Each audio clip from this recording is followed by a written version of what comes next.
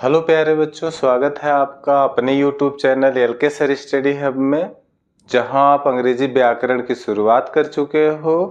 और अंग्रेजी व्याकरण में पढ़ते पढ़ते इस समय हम लोग केस का अध्ययन कर रहे हैं। ठीक, केस आज स्टार्ट नहीं है, केस की स्टार्टिंग कल ही हो चुकी है।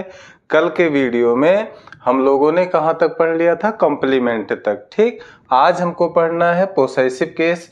तो पोसेसिंग केस के अंतर्गत नाउन का कौन सा कार्य आता है? पोसेसिंग द नाउन। परिभाषा देख लो क्या है। जिस नाउन का प्रयोग संबंध अथवा अधिकार प्रकट करने के लिए होता है उसे पोसेसिंग केस वाला नाउन कहा जाता है। एग्जाम्पल है राम्स बुक इज न्यू, मतलब राम की किताब क्या है? नई है। अब बात आएगी किसकी किताब नहीं है? तो राम की किताब नहीं है। या ऐसा कह दो कि नई किताब किसकी है? तो राम की है। ठीक, तो यहां क्या है? राम का संबंध किताब पे दिखाया गया है, तो ये क्या हो गया? पोसेसिंग केस। यहां जो नाउन रामा है, राम नहीं रामा। ठीक, जो रामा नाउन है ये क्या है? पोसेसिव केस का नाउन हुआ। ठीक, अब यहां पहचान देखिए क्या है। ऐसे नाउन के पश्चात कॉमा, उसके बाद यस, अथवा यस के बाद कॉमा लगा होता है। अब प्रश्न आएगा कि कब यस के बाद कॉमा होता है या कब यस के बाद कॉमा होता है, तो उसे भी मैंने लिख रखा है। नोट में है कि जिस नाउन के अंत में यस आता हो, मान लो अगर कोई नाउन ऐसा है जिसके अंत में यस आया है तो वहां आप केवल कॉमा का प्रयोग करोगे। ठीक, अगर नाउन यस पे समाप्त होता है तो वहां केवल कॉमा का प्रयोग कर देते हैं, मतलब इस टाइप का हो जाएगा। ठीक, दूसरा है जिस नाउन के अंत में यस ना हो उनके साथ कॉमा उसके बाद यस का प्रयोग किया जाता है। जैसे कि यहां देख लो रामा था। ठीक, रामा था तो इसके अंत में यस नहीं है, इसलिए यहां कॉमा के बाद यस का प्रयोग किया गया। अगर इसमें यस होता तो हम क्या करते? यस था तो यस तो रहने देते, बाद में हम केवल कॉमा लगा देते। ठीक, अगला है कि कॉमा के बाद यस हो या यस के बाद कॉमा हो को अंग्रेजी में हम लोग एपिस्ट्रॉफी कहते हैं। और इसका हिंदी अर्थ अगर हम निकालें तो हिंदी अर्थ इसका काके की होता नहीं है, बट इसका हिंदी अर्थ हम का के की से लेते हैं। ठीक, का के की से लगाया जाता है। ठीक, अब है वाक्य में अगर हमको पहचान करनी हो, जैसे यहां था किसकी किताब नहीं है, तो किसकी के लिए अंग्रेजी में क्या होता? ओज। वही यहां लिखा है कि वाक्य में ओज लगाकर प्रश्न करने से जो कुछ आपको मिलेगा वही क्या होता है?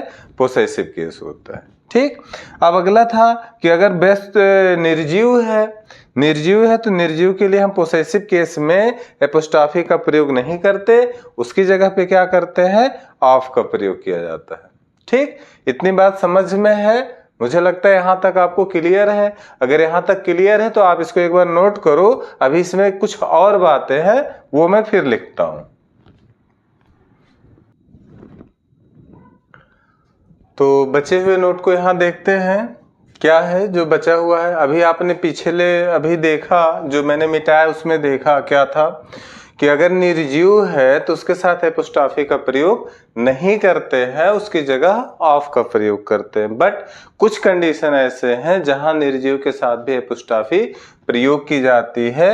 ये आपको ध्यान देने वाली बात है। जैसे समय बताने वाले निर्जीव के साथ एपोस्ट्रॉफी का प्रयोग करते हैं।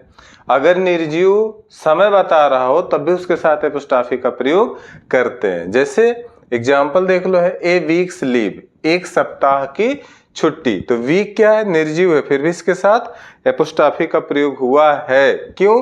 क्योंकि ये समय को बता रहा। ठीक, दूसरा था अगर वजन बताने वाला शब्द है तब भी उसके साथ एपोस्ट्रॉफी का प्रयोग किया जाएगा, भले वो निर्जीव हो। जैसे 1 किलोग्राम वेट, 1 किलोग्राम वजन।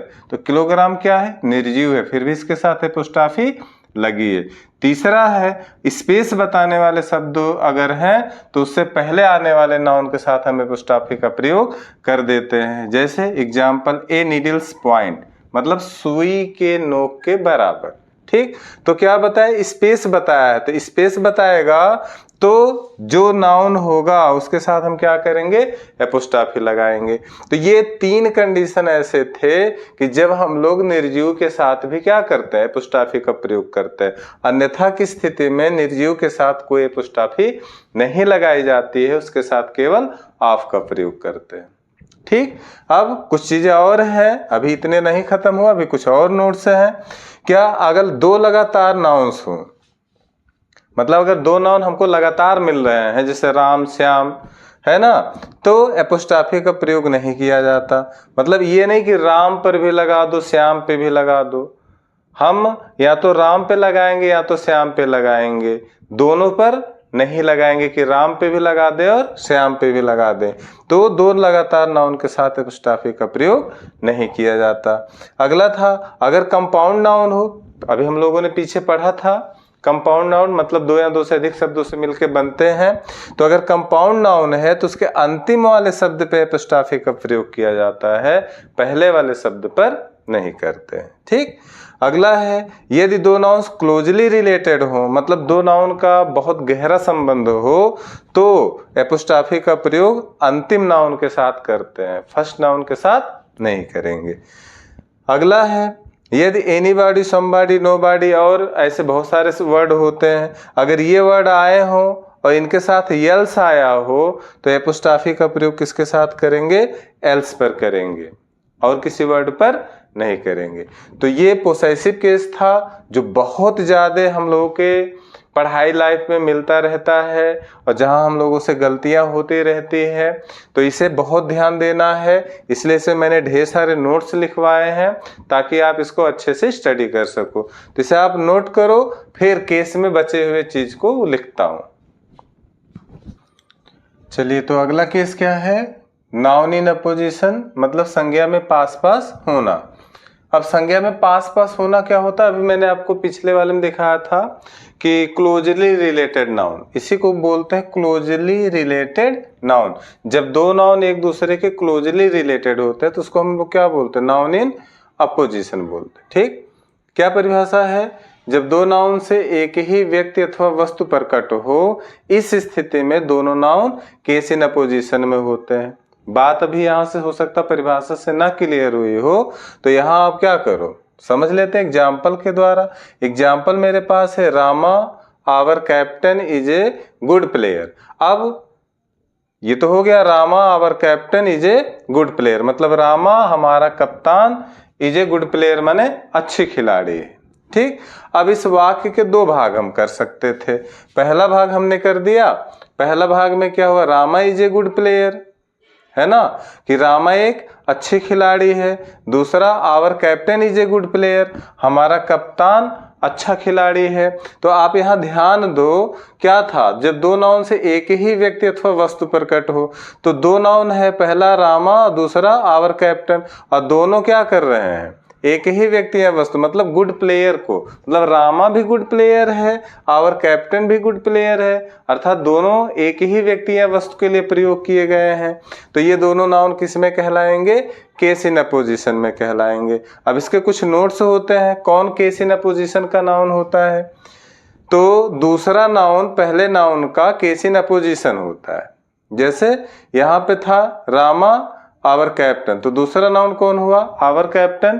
तो आवर कैप्टन जो होगा वो क्या होगा, रामा का केस इन अपोजिशन होगा। ठीक, दूसरा क्या ध्यान देना है कि केस इन अपोजिशन, ये ध्यान दोगे तो आपको सिंथेसिस में काम आएगा, वहां जरूरत पड़ती है कि केस इन अपोजिशन में आए हुए नाउन के बाद कॉमा का प्रयोग होता है। आप देखो यहाँ रामा के बाद भी कॉमा लगा और कैप्टन के बाद भी कॉमा लगा है। ऐसे जितने नाउन्स रहेंगे केस इन अपोजिशन में, सबके बाद हम क्या करेंगे, कॉमा का प्रयोग करते हैं। ठीक, आप इसको नोट कर लो, फिर एक और है उसको बता के खत्म कर लेते हैं। हाँ, तो केस का अंतिम जितने भी केस थे या जितने भी फंक्शन थे या नाउन के, उसमें से अंतिम है नोमिनेटिव ऑफ एड्रेस, बताया था, संबोधित करने वाली संज्ञा, जिसको हम लोग वोकेटिव केस या कॉलिंग केस भी बोलते हैं। ठीक, यहाँ देखो लिखा हुआ है, जब किसी नाउन का प्रयोग किसी वस्तु या व्यक्ति को संबोधित करने के लिए किया जाए, ठीक, के लिए किया गया हो तो वह वोकेटिव केस का नाउन होता है। जैसे अच्छा, इसका उपयोग आपको सबसे ज्यादा मिलेगा जब आप डायरेक्ट इनडायरेक्ट पढ़ोगे, वहां वोकेटिव केस का नाउन होता है। जब हम इनडायरेक्ट बनाते हैं तो उसे ऑब्जेक्ट बना लेते हैं, ठीक। तो यहाँ है बॉयज डू योर वर्क, यहाँ बॉयज को क्या किया गया, संबोधित किया गया। कोई है जो बोल रहा है, लड़कों, बच्चों, डू योर वर्क, अपना कार्य करो। इसका मतलब है संबोधन किसको किया गया है, बच्चों को। अर्थात जो बॉयज है ये क्या है, वोकेटिव केस का है, ठीक। तो केस आज खत्म हुआ। अब ग्रामर में अगली कौन सी चीज पढ़नी होगी, यह हम लोग अगले वीडियो में देखेंगे।